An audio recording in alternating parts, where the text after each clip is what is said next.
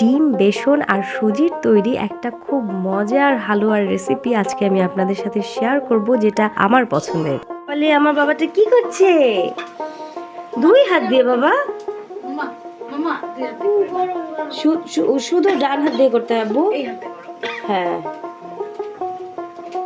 গরম। ও হো, ফুদাও ফুদাও ফুদাও।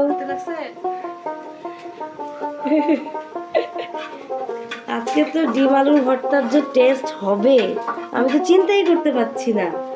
সুহু বেবি করছে, একটু ঠান্ডা হোক।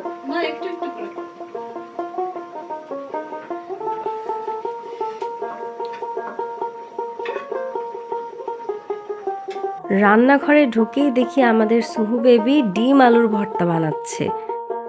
প্রথমেই আমি শিরা তৈরি করে নিব আর তারপর এটাকে এক সাইড করে রেখে বেসন আর সুজিটাকে টেলে নিব ভালো করে। এই যে হয়ে গিয়েছে, এখানে কিন্তু আমি তেল আর এলাচও অ্যাড করেছি।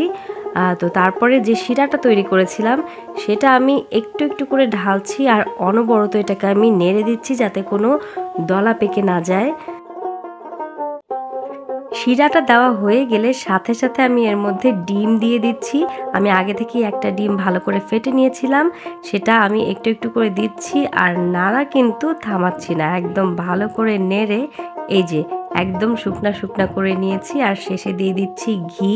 যে কোনো ধরনের হালুয়াতে কিন্তু ঘি আর তেলের পরিমাণ যদি কম হয়ে যায় তাহলে খেতে ভালো লাগে না। তো এই যে শেষে ঘি অ্যাড করে দিয়েছি আর এই যে এখন কিশমিশ দিয়ে দিচ্ছি, চাইলে এখানে বাদামও অ্যাড করা যেতে পারে। খুবই কম সময় লাগে এই হালুয়াটা তৈরি করতে এবং এত বেশি সুস্বাদু হয়, একদম ভিন্ন ধারার একটা স্বাদ।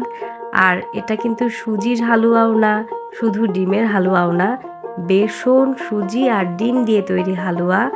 অনেক বেশি মজা খেতে। আপনারা কিন্তু নিশ্চয়ই ট্রাই করবেন যারা কখনো এটা ট্রাই করেন নাই।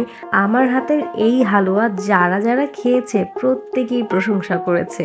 তো এই ছিল আমার আজকের হালুয়ার রেসিপি। কেমন লাগলো নিশ্চয়ই আমাকে জানাবেন এবং ভালো লেগে থাকলে লাইক, কমেন্ট এবং শেয়ার করতে কিন্তু একদম ভুলবেন না।